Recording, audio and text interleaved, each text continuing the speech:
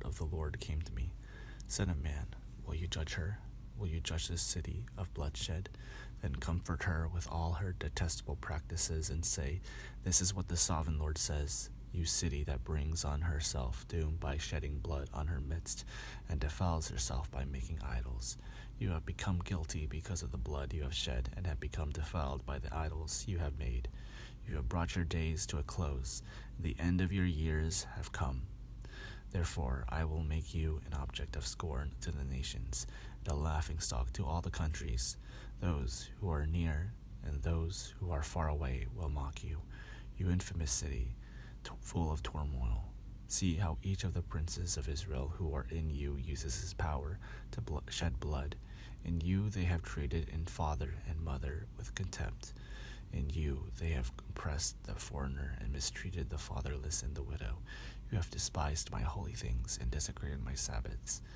In you are slanderers who are bent on shedding blood. In you who are those who eat at the mountain shrines and commit lewd acts. In you are those who dishonor your father's bed. In you are those who violate women during their period, when they are ceremonially unclean. In you one man commits a detestable offense with his neighbor's wife.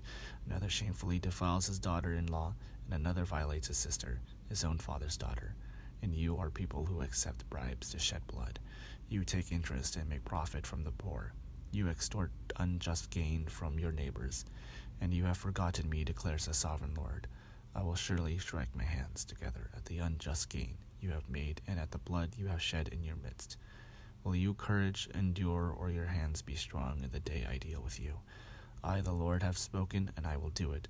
I will disperse you among the nations and scatter you through the countries, and I'll put an end to your uncleanness. When you have been defiled in the eyes of the nations, you will know that I am the Lord. Then the word of the Lord came to me. Son of man, the people of Israel have become dross to me. All of them are the copper, tin, iron, and lead left inside a furnace. They are but the dross of silver. Therefore, this is what the sovereign Lord says. Because you have all become dross, I will gather you into Jerusalem. As silver, copper, iron, lead, and tin are gathered into a furnace, to be melted with fiery blast, so will I gather you in my anger and my wrath, and put you inside the city, and melt you. I will gather you, and I will blow on you with my fiery wrath, and you will be melted inside her, as silver is melted in a furnace. So you will be melted inside her, and you will know that I, the Lord, have poured out my wrath on you. Again the word of the Lord came to me. Son of man, say to the land, you are a land that has not been cleansed or rained on the day of wrath. There is a conspiracy of her princes with her, like a roaring lion, tearing its prey. They devour people, take treasures and precious things, and make many widows within her. Her priests do violence to my law and profane my holy things. They do not distinguish between the holy and the common. They teach that there is no difference between the unclean and the clean. They shut their eyes to the keeping of my Sabbaths, so that I am profaned among them.